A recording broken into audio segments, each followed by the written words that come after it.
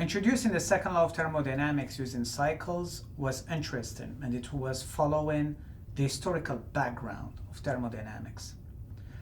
However, we haven't reached the state yet where we can differentiate between the cycles that are possible and the cycles that are not possible, or even the processes that are possible from the processes that are not possible. For this, we needed an inequality, and this was introduced thanks to Clausius inequality.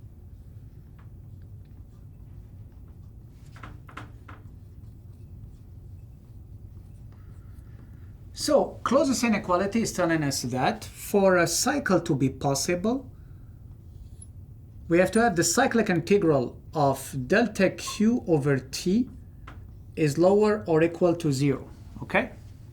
This delta Q over T is extremely important, okay? Why? Because this variation of dQ over T for a reversible process is the definition of a new property that we called entropy. Now look at the details, okay? Delta Q over T, what does it mean? This means that entropy is not asking you just about the heat, how much heat is involved. Is asking you also from where this heat is coming from.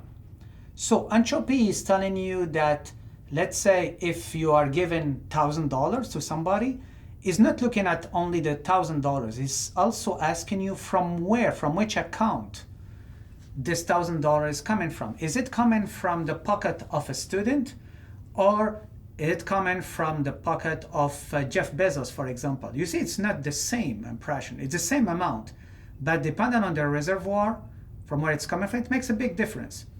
Peter Atkins says that imagine basically entropy as the effect of sneezing. Sneezing in a library is different from sneezing, let's say, in the Bell Center. If you sneeze in the Bell Center, nobody cares.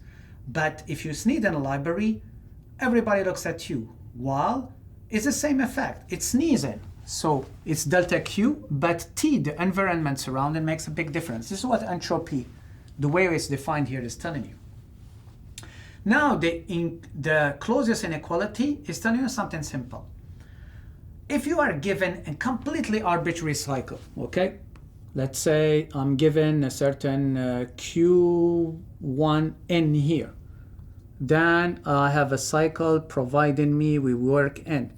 Then here I'm rejecting a certain Q out 2, which is leaving.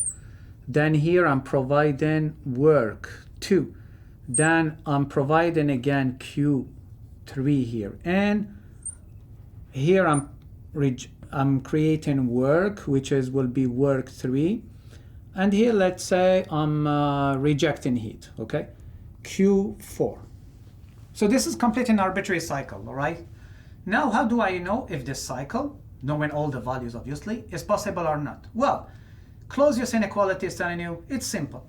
First, look only at the heat. So forget this guy, forget this one, and forget this one, okay?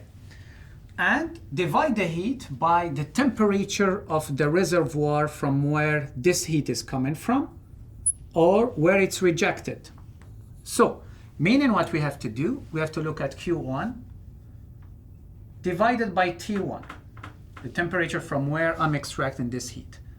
This is Qn, so it's positive. Q2 is negative, minus Q2 over T2.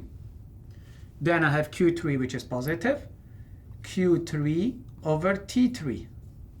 And then I have Q4, which is negative, Q4 over T4. That's it. Now I calculate all this. If it's negative, the cycle is possible. If it's positive, the cycle that I designed here is impossible. If it's exactly equal to 0 here, I did a pretty good job because I have created a reversible cycle, okay?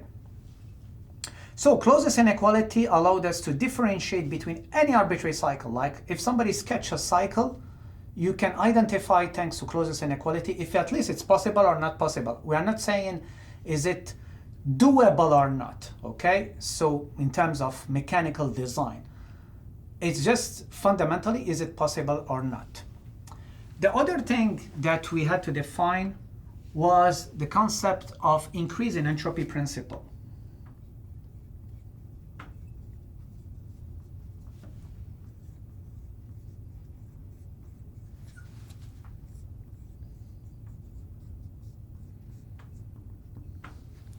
So the increase in entropy principle is simply telling us that for a process to be possible, the entropy of the universe has to increase, okay?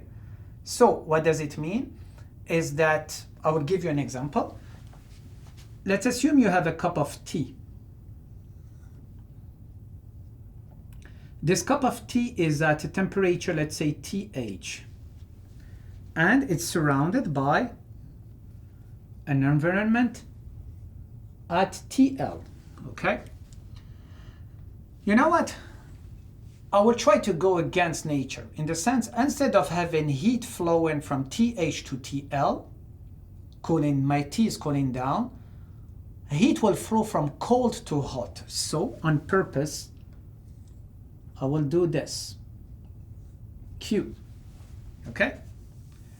So now what I have to do, I have to look at this. I will be saying heat is entering the T at TH. So this is plus Q over TH. But the same Q here is leaving TL, the environment. So it's minus for TL. Minus Q TL.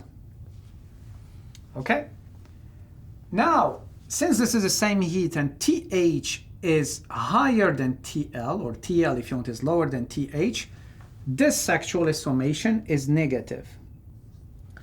Meaning that the overall increase in entropy of the universe is negative, which is against the increase in entropy principle. So this is impossible, okay?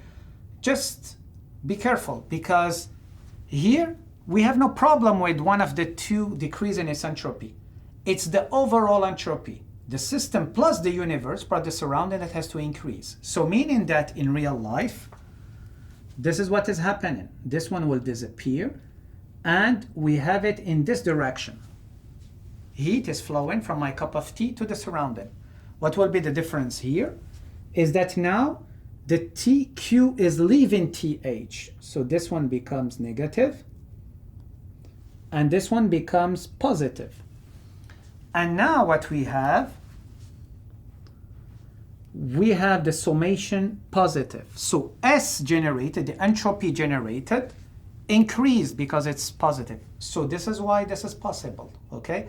Because this process, my cup of tea cooling down, led to a decrease in the entropy of the tea, but the price to pay for the entropy of the tea to decrease was an increase in entropy of the surroundings, and the increase in entropy of the surrounding was much higher than the decrease in entropy of the tea. So overall, we were left by a certain amount of entropy, which is S generated, which is positive. And from this, we can claim that this process is possible. If it was the inverse, so therefore we'll be claiming that, well, the process is impossible.